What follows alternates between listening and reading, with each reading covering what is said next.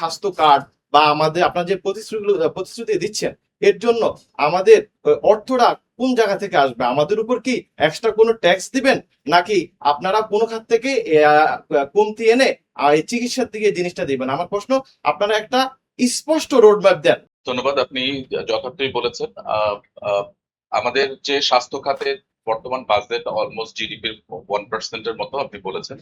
তো স্বাস্থ্য খাতের যে বাজেট বাড়াতে হবে এটা অবশ্যই সমন্বয় করতে হবে। স্বাস্থ্য যে আমাদের জনগণের যে স্বাস্থ্য সেবা, এটি কোনো বিলাসিতা না, এটি অবশ্যই একটি মৌলিক অধিকার। বিএনপি মনে করে স্বাস্থ্য সেবা একটি মৌলিক অধিকার। কাজেই অন্য কোনো বিষয়ে ট্যাক্স বৃদ্ধি না করে আমার মনে হয় যে সমন্বয়ের মাধ্যমে স্বাস্থ্য ব্যবস্থার যে বাজেট বৃদ্ধি করে আমাদের যে প্রাইভেট ক্লিনিক এবং হসপিটাল মুখী যে চিকিৎসা ব্যবস্থা, এটা থেকে বেরিয়ে এসে আমাদের যে সরকারি হসপিটাল, এগুলোকে উন্নত করে এগুলোতে যে পর্যাপ্ত এবং উন্নত চিকিৎসা এবং উন্নত স্বাস্থ্য ব্যবস্থা দেওয়া যায় এবং প্রান্তিক অঞ্চলে স্বাস্থ্য ব্যবস্থা যাতে উন্নত করা যায় এই ব্যবস্থা পেয়ে। ধন্যবাদ আপনাকে। ডক্টর জিয়াউল হক, আপনাদের কাছে এটির কি সমাধান আছে? আপনাদের অর্থ কিভাবে ব্যবস্থা হবে? জি ধন্যবাদ। আপনি জানেন যে এবছর যে বাজেটটি দেওয়া আছে সেখানে আমাদের বরাদ্দ আছে, যেটি আমাদের লোহানী ভাই বলছিলেন যে 0.67% জিডিপির। এটি অ্যাকচুয়ালি থাকার কথা ওয়ার্ল্ড হেলথ অর্গানাইজেশনের নির্দেশনা অনুযায়ী 5%।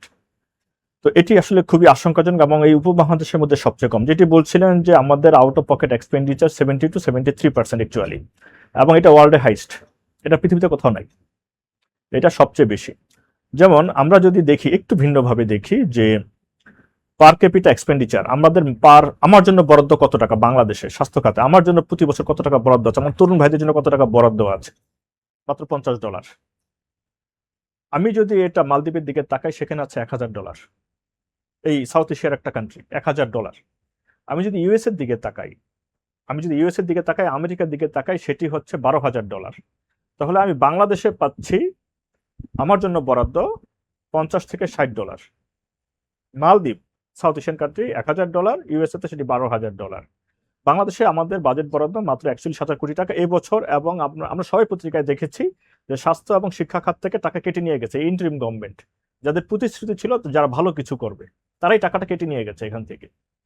প্রতি বছর 20% অ্যারাউন্ড টাকা ফেরত যায় এই বাজেটের।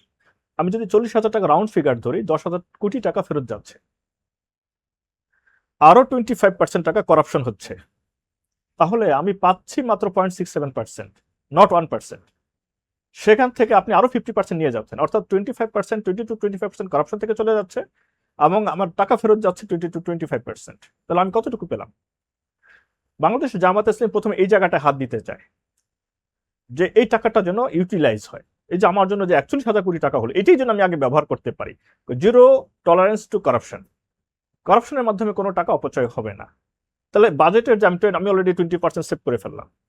আমি যদি সুশাসন নিশ্চিত করতে পারি, গুড গভর্নেন্স এনশিওর করতে পারি, আমি যদি এমপ্লয়মেন্ট এনশিওর করতে পারি, তাহলে কিন্তু বাকি যে 20% আছে সেখান থেকে যে টাকাটা ফেরত যাচ্ছে, স্বাস্থ্য খাতের জন্য বরাদ্দ যে টাকাটা ফেরত যাচ্ছে, এটিকে আমরা রাখতে পারছি।